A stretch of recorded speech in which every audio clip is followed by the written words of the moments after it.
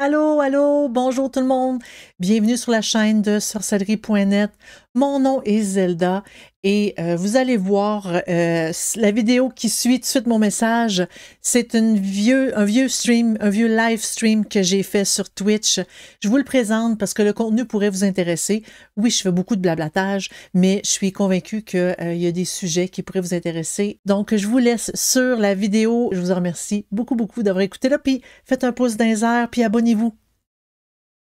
Bonjour tout le monde, bonjour.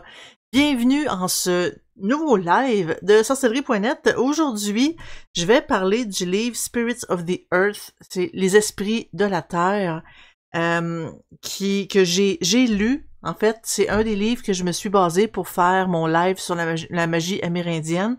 Vous allez voir, j'ai du marqueur dedans. Je fais pas souvent ça, mais quand que je lis puis j'ai rien pour prendre des notes, c'est ce que je fais, puis après j'y retourne puis je vais prendre mes notes. C'est A Guide to Native American Nature, Symbols, Stories and Ceremonies. C'est un guide sur la conception de la nature des Amérindiens, leurs symboles, leurs histoires et leurs cérémonies. C'est écrit par Bobby Lake Tom. C'est un livre qui est assez mou, disons. Puis je vous avoue qu'à grosseur qu'il a, on voit quand même que il est grand. À grosseur qu'il a, j'ai trouvé qu'il était comme très agréable à feuilleter. C'est juste ça que je voulais dire. Donc, ah, je vais vous montrer ça. On a... Oh, attends un petit peu. Là, il y a de quoi qui vient d'attirer mon attention, qui l'avait pas attiré à l'époque quand que je l'avais lu. Mais ça dit les esprits des animaux qui ont toujours été avec nous, qu'on a seulement besoin de comprendre leur message. Fait qu'on a les woodpeckers, c'est les pics-bois, les fourmis. Fait que là, ça parle de tout ce que les animaux, en fait, 3 animaux ça apporte. Apprendre leur signification, leur rituel et leur importance dans nos vies, les esprits de la Terre. Donc ici, on a une espèce de petit paragraphe qui fait un petit peu biographique de l'auteur. C'est Bobby Lake Tom. C'est un soigneur qui a été qui a reçu de l'enseignement autant par les traditions amérindiennes de l'Ouest et de base, je vais le dire comme ça. Karuk, Seneca, Cherokee, c'est un descendant de ces 3 peuples-là. Puis il est américain, évidemment, il vient des États-Unis.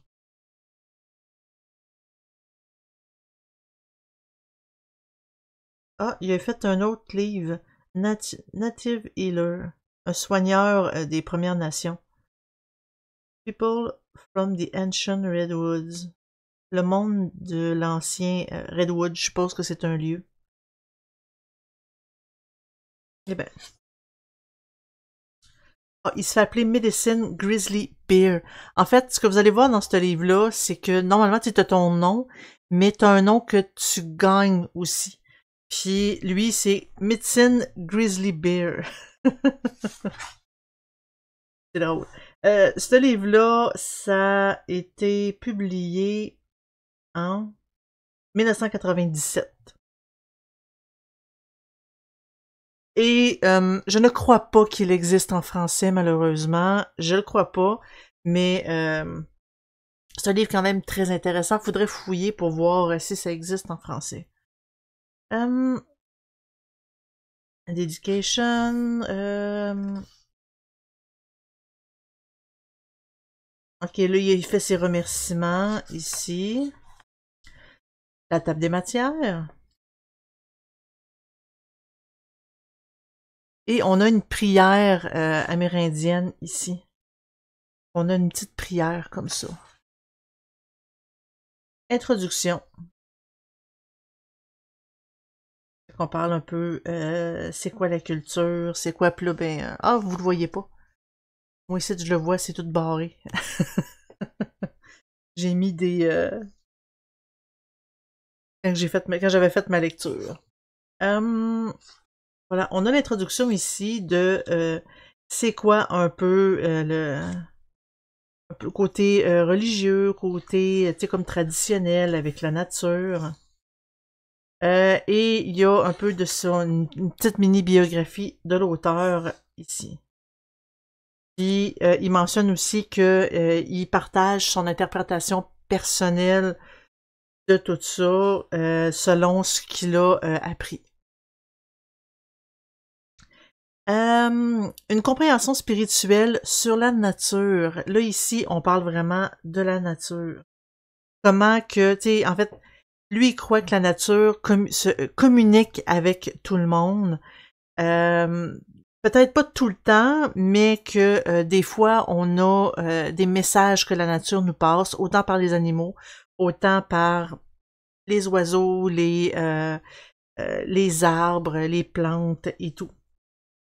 Donc, c'est une espèce d'ouverture par rapport à ça, parce que selon eux, tout a un esprit, autant les lacs, les montagnes, les pierres, tout est lié à un esprit, puis il faut le protéger pour ne pas pour pas que les esprits soient fâchés contre nous, un peu. Voilà. On a tout ça ici.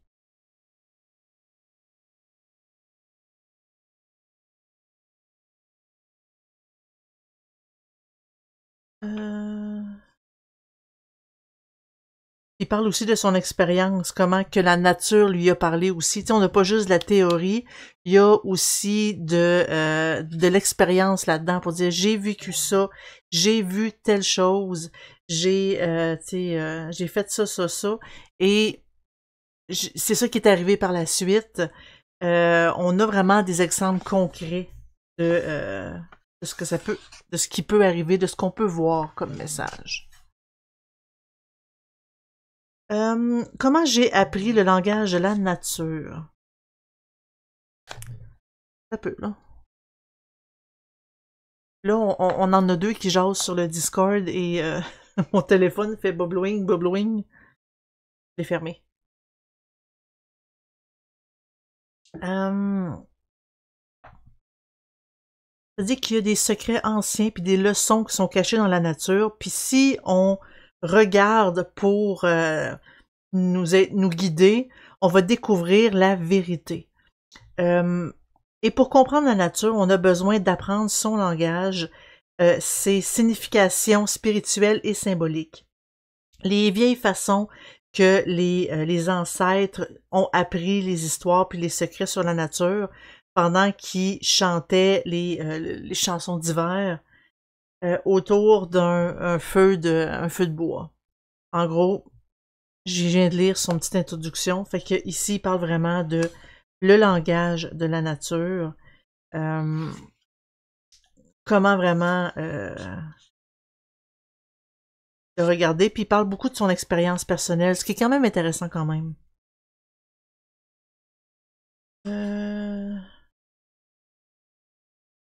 Ben, je l'ai mis en bleu ici, vous voyez un petit peu. La Terre ne devrait pas être traitée comme un ennemi. La Terre, c'est un organisme qui vit et qui respire et qu'on dépend pour survivre. C'est ça. Si la Terre est malade, on va être malade. Donc, on voit le lien là-dedans de vraiment, c'est important de prendre soin de la Terre. C'est important parce que la Terre, elle va survivre. Pas nous autres. C'est ça le lien. T'sais, on peut pas sauver la planète, mais sauver quoi? C'est nous autres qu'on sauve. C'est pas la planète. La planète, elle va survivre. Mais c'est plus nous. Fait que si la planète est malade, ben on va l'être nous autres aussi. Si la planète est mourante, ben c'est nous autres qui l'est, en réalité. Fait que c'est un petit peu ça, il parle de réciprocité entre la santé de la nature et notre santé à nous. Les symboles de la nature. Donc, on a toutes les relations qu'on a avec la nature a des petits pouvoirs, des connaissances qui peuvent nous aider à survivre puis à réussir dans la vie. Fait encore là, il parle encore de la réciprocité ici. Il parle de la connexion avec la nature. Si vous avez des questions, gênez-vous pas, hein. En fait, il parle de plus qu'on passe de temps avec la nature, plus que on est capable d'apprendre le langage, de voir ces signes-là. C'est vraiment une question d'expérience aussi. Fait qu'il parle d'apprentissage avec de la concentration, de la pratique, de la discipline.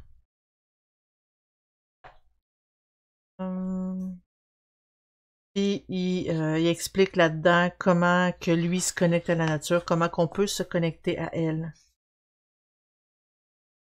Puis que tu peux demander de l'aide aussi aux animaux puis à la nature. Fait que je parle vraiment de, tu sais, comme quand j'ai besoin de l'aide, tu sais, comme d'un oiseau, je vais à l'extérieur, je fais une prière spéciale, et etc. Puis des fois, ben, il arrive, puis pour donner une réponse, il parle vraiment de son expérience et aussi de comment on peut se connecter. Les différents animaux ont différentes prières. Voilà.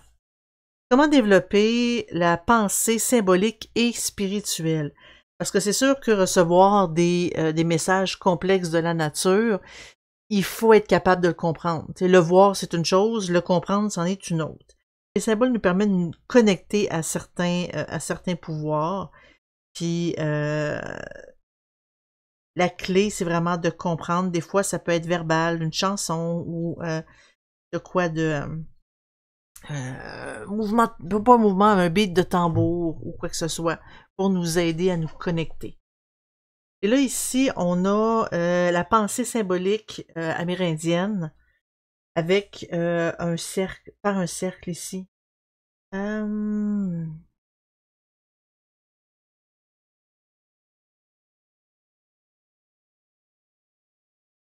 Ça, chaque étape de la vie, ça représente les 4 saisons de la nature.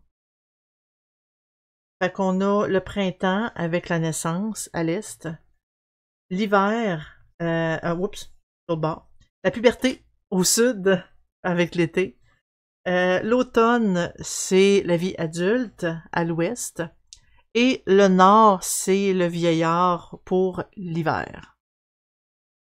C'est vraiment la pensée symbolique qui est là. Fait qu'on a quelques exercices ici pour vraiment être capable de développer cette pensée symbolique-là. Il nous donne quelques exercices. Voilà. La pensée mythique spirituelle et les guides, les esprits guides. La théorie des deux côtés du cerveau, des deux hémisphères du cerveau. Fait qu'on a, tu sais ça, on en voit aussi en magie de ce genre de théorie-là. L'hémisphère droit, c'est le vieux cerveau, c'est plus la théorie, l'abstrait, féminine, intuitif, créatif, spirituel, symbolique, mythique, ou les symboles naturels. L'hémisphère gauche, c'est le nouveau cerveau, concret, orienté par le sens masculin, physique, logique, rationnel, et tout. Fait qu'on a un petit peu une description de qu'est-ce que ça signifie. Et on a tout ce qui est complexe, tout l'esprit complexe là-dedans. Fait que encore là, hémisphère droit et gauche, on a le conscient, le subconscient et l'ombre qui est à l'intérieur. Tous les liens que lui, il en fait. Le process d'attachement, la naissance, les danses, les rites de la puberté, Deerskin danse, la quête de la vision, danse encore, cérémonie d'enterrement, encore de la danse. Je me souviens pas trop de cette partie-là, mais on a vraiment les liens ici. Les histoires pour découvrir les symboles de l'esprit de la nature.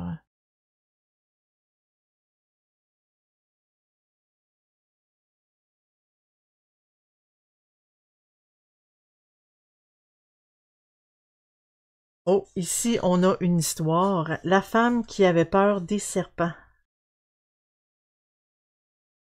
Et là, on a vraiment le mythe ici. On a plusieurs mythes, en fait. Ça, c'est le premier. L'ours grizzly et Raven, c'est le corbeau. Donc, on a vraiment une espèce de... En fait, c'est leur conte. Leur conte. Coyote et Wolverine. Une histoire cheyenne. La création du monde animal. Le coyote et la moufette. Le coyote et l'aigle. Qui visite la terre des morts.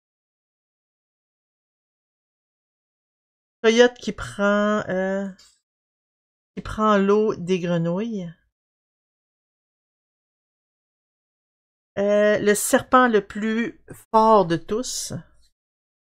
Comment que le chevreuil a eu ses cornes.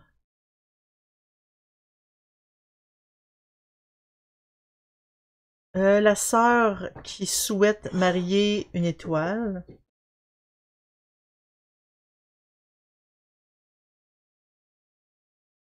C'est les petites jambes du jet bleu. Et là, dans cette partie-là, on a les signes animaux et ce que ça signifie, en fait. Fait qu'on a une petite description ici que pour comprendre un peu les messages de la nature, il faut comprendre les symboles. Et il y a une liste ici qui inclut toute la connaissance ésotérique par rapport à ça. Fait qu'il l'a fait en ordre alphabétique. On a l'antilope, le blaireau, l'ours, le beaver, c'est le castor. Le lynx et la panthère. Le bison et le buffalo, je pense que ça se dit comme ça. Buffle. Ouais, buffle. Le coyote. Le chevreuil. Un wapiti. On voit que c'est tous des animaux qui viennent des Amériques. Le renard. Géomyidé. Un vison. Un rat musqué. Une outre. Un porc-épic.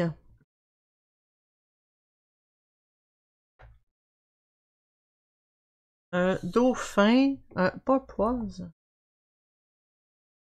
Marsouin. Dauphin.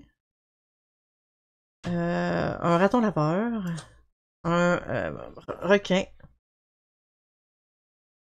Musaraigne. Une taupe. Je l'ai dit tantôt. Moufette. Ou je pense que vous l'appelez un putois en Europe. Nous, on appelle ça une moufette.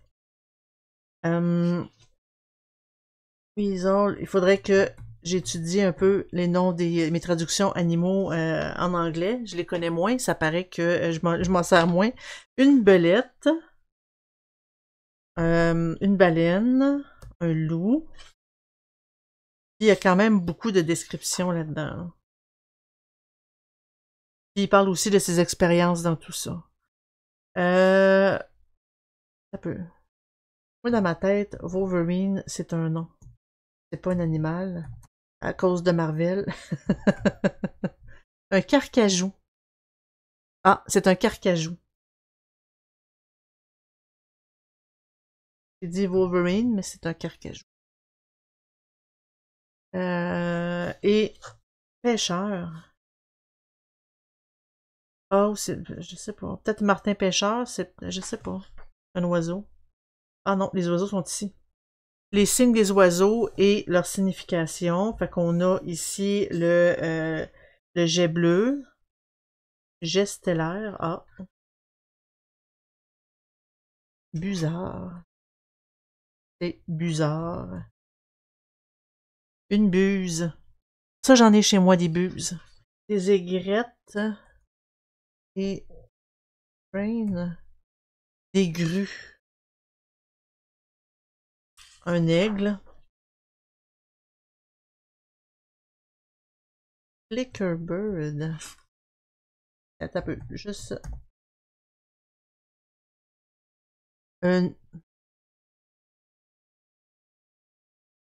Ouais, non, là, Google, il est pas bon là-dessus. Je vous dirai pas ce qu'il me traduit parce que ça serait niaiseux un petit peu. Un peu, à moins que j'aille ici, là. Mais ouf. Un oiseau scintillant, ça, c'est sûrement pas ça.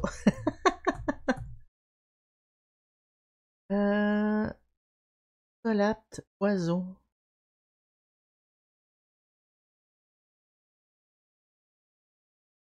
Il est cute, par exemple. Mais, ouais, non. Une oie.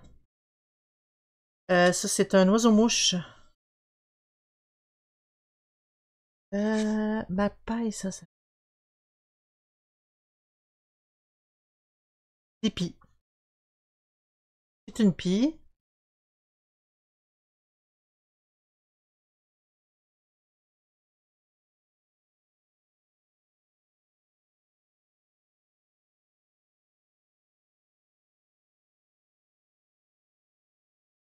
Des balbuzards pêcheurs.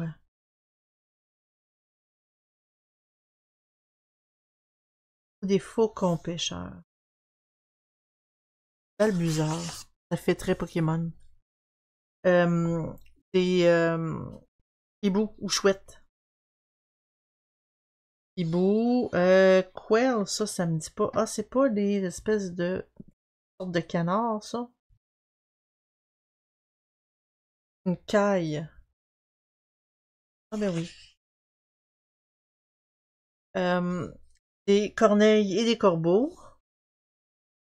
Ça, j'en ai une tonne chez moi. Une tonne, toujours en train de quacker. Et j'aime ça. Ah, c'est toujours des bons signes. Ils ont beaucoup de messages, ils ont beaucoup de significations. C'est des oiseaux de bonne chance, des signes de protection et des messagers de la santé. C'est ça, j'en ai tout plein chez moi. Ben. Des rouges-gorges. Des rouges-gorges. Seagull, c'est des mouettes. Ça, on le connaît, il tourne toujours autour des McDonald's. Des dindes. Je l'ai dit tantôt, des woodpeckers, c'est des pics-bois. Pics-bois.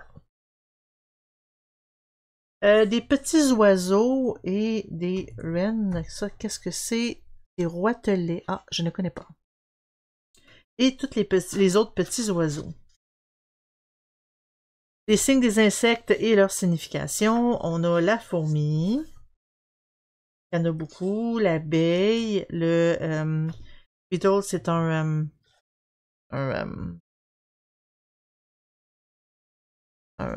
scarabée. Scarabée. Papillon. On a la cockroach et les coquerelles. Les criquets. Les abeilles et les blowflies. Qu'est-ce qu'un blowfly? Ah, une mouche à viande. Ok, oui, je pense que nous, on les appelle les frappes à barre. Parce que quand ils mordent, eux autres, ça fait mal anti-péché. Puis eux autres, ils piquent pas, ils mordent. Ils prennent une bouchée puis ils partent avec. Parce que ça se nourrit de sang, mais à la place de piquer pour boire le sang, eux autres, ils prennent une bouchée, ils arrachent la peau, puis ils boivent le sang qui coule. Puis ça fait mal en titi, ça. On les appelle les mouches à chevreuil, frappe à bord. Les sauterelles. Mottes, c'est les espèces de papillons de nuit. Les araignées. Ça, j'en ai tout plein chez moi. Éthique. Reptiles et les serpents, avec leur signification. On a l'alligator, on a la grenouille. Les serpents de jardin et de Carter et de jarretière. Ah. Ou peut-être des espèces de jarretière. En tout cas, de jardin et probablement de pelouse, là, les petits serpents qu'on trouve. Les lézards. Les autres types de serpents.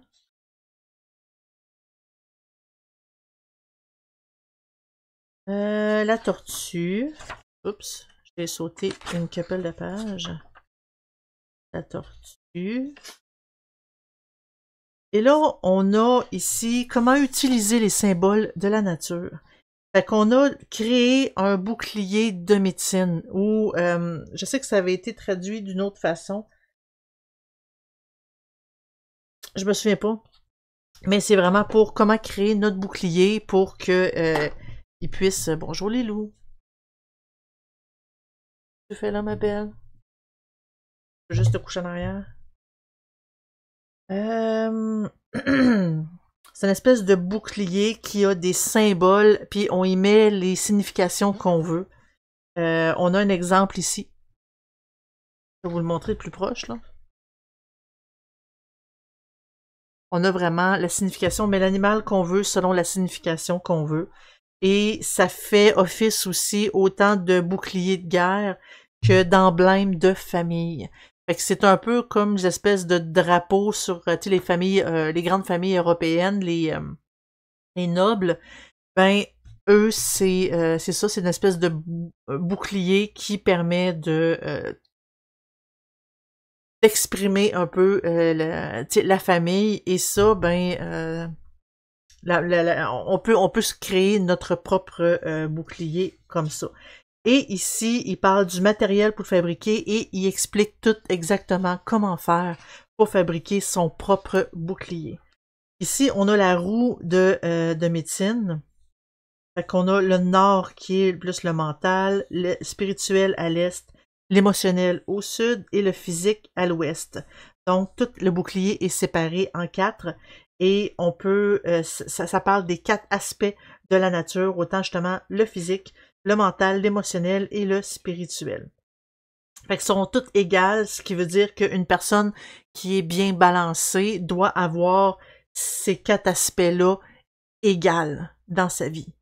Fait que, peut-être un peu pour ça que j'ai frappé mon chevreuil. C'est que moi, le côté, j'étais plus au niveau, c'est comme mental, c'est comme physique. Et ici, le niveau, spirituel, nature, il en manquait un peu. Et on m'a remis à l'ordre. Des fois, ça fait du bien. Ici, on a un exercice pour développer les rêves créatifs et symboliques, surtout. Donc, il y a les rêves sont très importants pour les Amérindiens. Ici, on a une explication de comment faire pour justement faire des rêves très symboliques et nous permettre aussi de de mieux les comprendre. Voilà. Cérémonie de guérison de la terre. Il parle ici de comment faire la cérémonie. Les places sacrées et les centres de pouvoir. Fait qu'il y en a tout plein, tout plein. Il parle de quelques-uns, il nomme certains noms. Il y en a quand même pas mal. Parce qu'on parle que les pouvoirs, les centres de pouvoir, Mont Sinaï, les grandes pyramides d'Égypte, Stonehenge, Machu Picchu, les temples mayas, etc., etc. Ça, c'est les sites populaires qu'on connaît. Mais sur le continent nord-américain, il y en a d'autres sites comme ça. Il y a la butte de l'ours, la tour du diable, le mont Shasta, le lac Dawn Blue. Je connais pas sa traduction française, là, mais c'est aux États-Unis, fait que si on le cherche, il faut chercher le nom anglais. Et il y en a plein. les montagnes de San Francisco, les Black Hills, Chief Mountain, Niagara Falls, ça c'est une partie au Canada. Donc, il parle de plein de places où est-ce que c'est des lieux de pouvoir. Fait que, on parle un petit peu ici.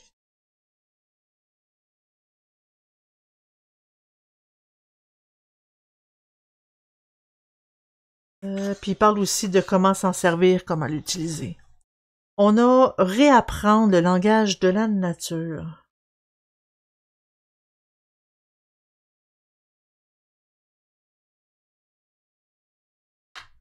Parce que, tu sais, des fois, avec de nos jours, ça se perd. Fait que, il parle, tu sais, étant donné, c'est sûr qu'on a été envahi ici, et il y a des choses qui ont été perdues, mais que les Amérindiens ont été capables, le peuple des Premières Nations ont été capables de récupérer leur tradition après que l'Église catholique a eu pas mal moins de pouvoir. Fait qu'ici, on a réapprendre le langage de la nature. On a les lectures suggérées ici, toutes les livres.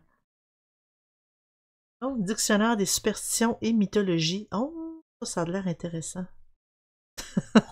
C'est mon genre de livre, j'aime ça, moi. Fait qu'il y a plein, tu sais, les mythes, le chant du corbeau, chemin de pouvoir, plein de livres qui ont de l'air très intéressants sur vraiment autant les symboles que la société amérindienne. L'index, si on cherche quelque chose de précis, si par exemple moi j'aurais voulu chercher pour mon chevreuil, ben ici j'ai toutes mes pages. Avec l'histoire, avec l'espèce de mythe amérindien qui est lié à ça. Sur l'auteur et les notes. Et voilà. Donc, c'est le livre Esprit de la Terre. En fait, j'ai beaucoup apprécié ce livre-là parce que, bon, moi, j'aime beaucoup tout ce qui est mythologie, j'aime beaucoup tout ce qui est symbolisme et tout, et ce livre-là correspond parfaitement à ce que moi j'aime. Parce qu'on a autant quelqu'un qui nous partage son expérience, de un, parce que lui, ça fait quand même longtemps, il a été élevé là-dedans. On voit son expérience, on voit que il nous parle de justement tous les mythes, comment ils fabriquent les choses, c'est quoi leur pratique. C'est super, super intéressant. Moi, je l'ai aimé beaucoup. Justement, on voit les cérémonies, on voit les histoires, ça nous permet de mieux comprendre un peu comment ils pensent, parce qu'ils parlent vraiment de aussi l'esprit de la nature, le grand esprit, qui est comme l'espèce d'être suprême pour eux. Moi, je l'ai adoré, ce livre-là. Il parle beaucoup, beaucoup de ses expériences, vraiment beaucoup, mais c'est très enrichissant. C'est pas lourd. J'ai trouvé ça très enrichissant. Moi, je l'ai aimé beaucoup, ce livre-là. Donc, je vous remercie beaucoup d'avoir été là. Je vous souhaite une belle fin de journée. Bye bye tout le monde. Merci beaucoup d'avoir écouté cette vieille vidéo. J'espère que vous avez apprécié. Si vous voulez venir nous voir, discuter en direct, c'est sur Twitch. Et ce que vous voyez sur YouTube, c'est juste une toute petite partie de ce qu'on fait sur Twitch. Donc, j'espère vraiment que vous allez venir nous rejoindre sur la chaîne Sorcellerie Net sur Twitch. On fait des open box, on fait tout plein de belles découvertes, des rituels. On fait beaucoup d'informations que vous ne voyez pas, malheureusement, sur YouTube. Venez nous voir, c'est gratuit. On se dit à la prochaine. Bye bye!